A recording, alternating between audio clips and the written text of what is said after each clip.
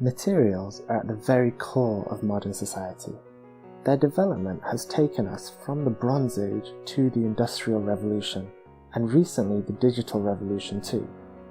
From the metal alloys used to build our most magnificent constructions, to the silicon technology we use to fabricate the tiniest computer chips, and even the small nanoparticles that allow us to deliver medicine to target organs in the body.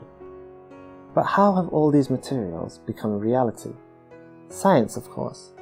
Traditionally, the research and development of new materials has been conducted in the lab by doing experiments to test what works and what doesn't. Well, with the advent of modern computers, experiments can be carried out virtually too. These are known as simulations. Let's consider plastic solar cells. These are devices that transform light into electrical energy which can be stored in a battery for later use. Now, producing them from plastics makes them flexible and printable. A flexible cell means you can attach it to any surface, even your head. Moreover, it can be printed, albeit on a complex printer, but still saves us time, money, and effort. The quality of the solar cell depends on how much light it can absorb. Ideally, we want to maximize absorption, because that would allow us to produce more energy. To find the most suitable material, we need to make many of these solar cells and test them. This is a laborious process where we first take atoms to synthesize individual molecules. The latter are then combined into long polymer chains, which together make up the plastic material.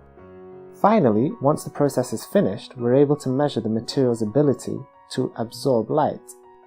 To test a different plastic solar cell, we need to go through all the steps again, starting with atoms, going to molecules, and finally the plastic material itself. This process requires a huge amount of effort. In contrast, to test different materials for the solar cell on a computer, we just need to provide the final structure as input. This allows us to check how well the material absorbs light without having to go through all those intermediate steps. Let's have a deeper look at the difference between experiments and simulation. First of all, experiments require expensive measuring instruments, while computers are generally cheaper and more flexible.